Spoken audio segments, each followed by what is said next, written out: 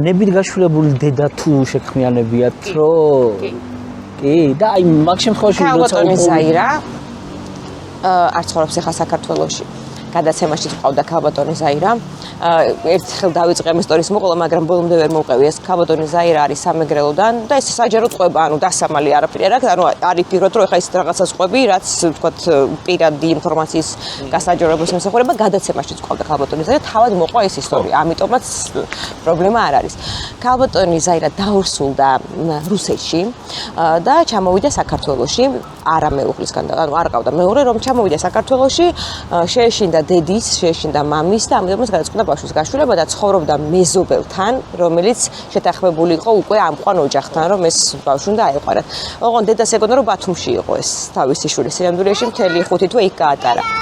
როდესაც უკვე მშობიარობის დრო დადგა, წაიყვანეს წალენჯიხის სამშობიაროში და ბავშვი რო გავაჩინეო, მომიყვანესო, რომ რძე მეჭმეაო. და რძე რომ ვაჭამე იმ წუთასვე გადამეკეტა, ანუ მივხვდიო რომ მე ბავშვის გამშვილებელი აღარ ვიყავიო, ესე ხალათში ჩავისი ბავშვი, კამარით შემოვიჭრე და გავიქეციო. ანუ იქვე მიხვდა რომ მაგრამ ნახე ხარ ხდება, იქვე მიხვდა რომ ვაშტატობა, მაგრამ დაიჭირა ეს აირე პოლიციელმა, რომელიც დღემდე პოლიციელია. დააბრუნეს უკან და ბავშვი წაართვეს. თან გავაქანავთ იმას.